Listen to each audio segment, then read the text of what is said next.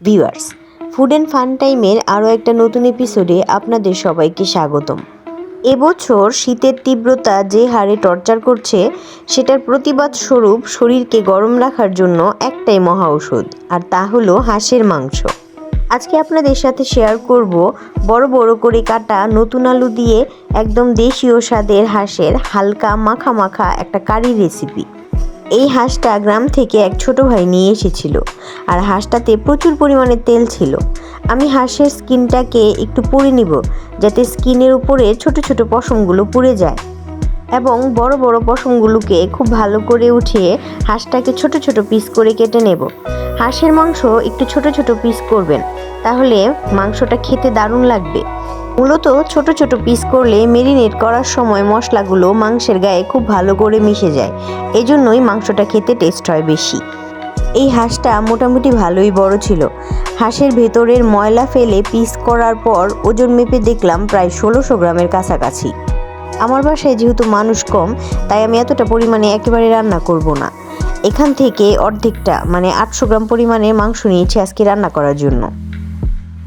আজকের এই হাঁসের মাংসটাকে রান্না করার জন্য আমি যা নিয়েছি তা হলো 2 চামচ পেঁয়াজ বাটা, 1 চামচ রসুন বাটা, 1 চামচ আদা বাটা, 4টে আস্ত শুকনো মরিচকে কিছুক্ষণ পানিতে ভিজিয়ে বেটে নিয়েছি।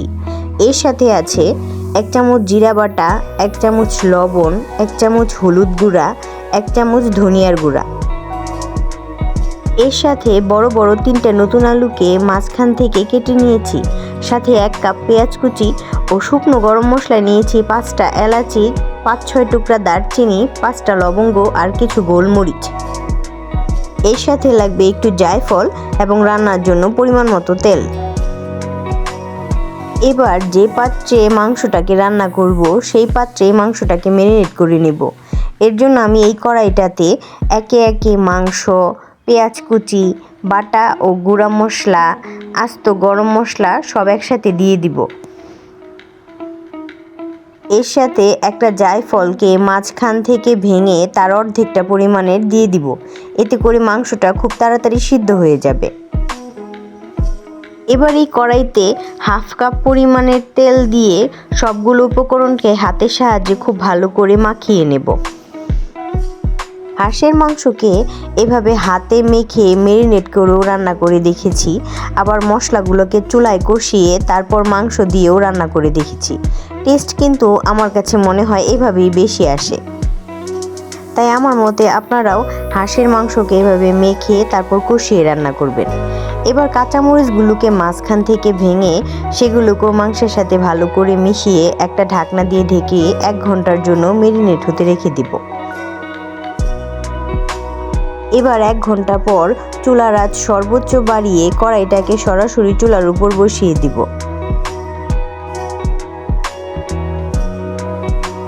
হাঁস রান্নার ক্ষেত্রে চুলার আঁচ প্রথম দিকে সর্বোচ্চ বাড়িয়ে দিতে হবে, পরে যখন এইভাবে বলক চলে আসবে তখন চুলার আঁচটা কমিয়ে দিতে হবে।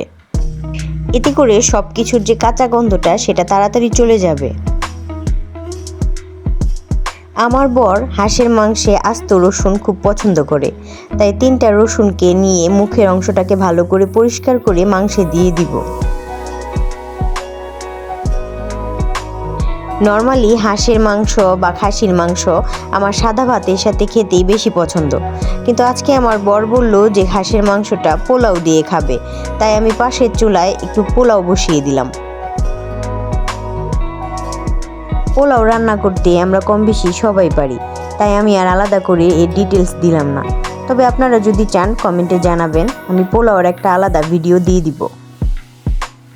পোলাওটাকে দমে বসিয়ে আমি আবার মাংস কষানো শুরু করে দেব। পোলাওয়ের পাশাপাশি মাংস কিন্তু আমার পাশের চুলায় কষানো হচ্ছিলই। হাঁসের মাংসগুলোকে চুলায় দিয়ে অল্প আঁচে প্রায় 20 মিনিট যাবত আমি কষিয়ে নিয়েছি। কিছুক্ষণ ঢাকনা দিয়ে আবার ঢাকনা খুলে আরও কিছুক্ষণ কষিয়ে তারপর আবার ঢাকনা দিয়ে এভাবে আমি আরও 5-7 মিনিট কষিয়ে নিয়েছি।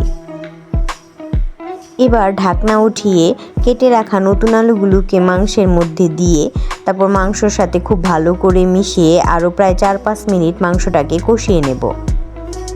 এভাবে মশলার সাথে আলুটা যখন একটু ভাজা ভাজা হবে তখন আলুটার টেস্ট আরও বেড়ে যাবে। হাঁসের মাংস কষানোর সময় চুলার আঁচ কিন্তু অবশ্যই স্লোতে রাখবেন, না হলে মাংসটা পুড়ে যাবে। মোটামুটি 40 মিনিট যাবৎ মাংসটাকে আমি কষিয়ে নিয়েছি। এবার আমি 1.5 কাপ পরিমাণের গরম পানি মাংসেতে দিয়ে দিব মাংসটা সিদ্ধ হওয়ার জন্য। এবার এই ঝোলে যখন বলক চলে আসবে তখন আমি একটা ঢাকনা দিয়ে ঢেকে 20 মিনিটের জন্য মাংসটাকে রান্না করে নেব।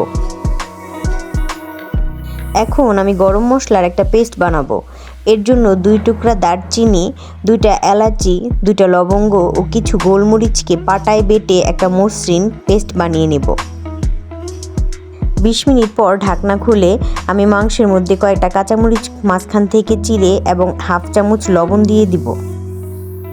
আলুটাকে যেহেতু আমি আলাদা করে হলুদ লবণ দিয়ে ভেজে দিইনি, তাই মাংসে একটু লবণ কম পড়েছিল, সেজন্য আমি আবার লবণ এক্সট্রা করে দিয়ে দিয়েছি। হাঁসটাকে আমি প্রায় 1 ঘন্টার মতো রান্না করেছি। হাঁসের মাংস এবং আলু দুটোই খুব ভালো করে সিদ্ধ হয়ে গেছে। এখন আমি উপর থেকে গরম মশলার পেস্ট দিয়ে খুব ভালো করে মাংসের সাথে মিক্স করে নামিয়ে নেব। দেখুন হাঁসের মাংসটা দেখতে কি লোভনীয় হয়েছে। আপনারা যারা কিনা আমার মতো মাংসেতে একটু আলু পছন্দ করেন তারা এইভাবে আলু দিয়ে রান্না করবেন, আর যারা আলু খেতে পছন্দ করেন না তারা আলু ছাড়াও রান্না করে দেখবেন। হাঁসের মাংস দুইভাবেই খেতে অনেক মজা হয়। আমি আজকে পোলাও, ডিম সিদ্ধ, টমেটো, পেঁয়াজ, শসার কুচি সালাদের সাথে হাঁসের মাংসটা সার্ভ করেছি। তবে আপনারা চাইলে সাদা ভাত, রুটি বা পরোটার সাথেও এভাবে রান্না করে হাঁসের মাংস খেতে পারেন। আর বাসায় এইভাবে ট্রাই করলে অবশ্যই আমাকে কমেন্টে জানাবেন। ভিউয়ার্স, আমার এই ভিডিওটা যদি আপনাদের ভালো লাগে তাহলে অবশ্যই চ্যানেলটি সাবস্ক্রাইব করবেন, লাইক কমেন্ট করে বেল আইকনটি প্রেস করে দিবেন যেন পরের ভিডিওগুলো খুব সহজেই পেয়ে যান। ভালো থাকবেন, ধন্যবাদ।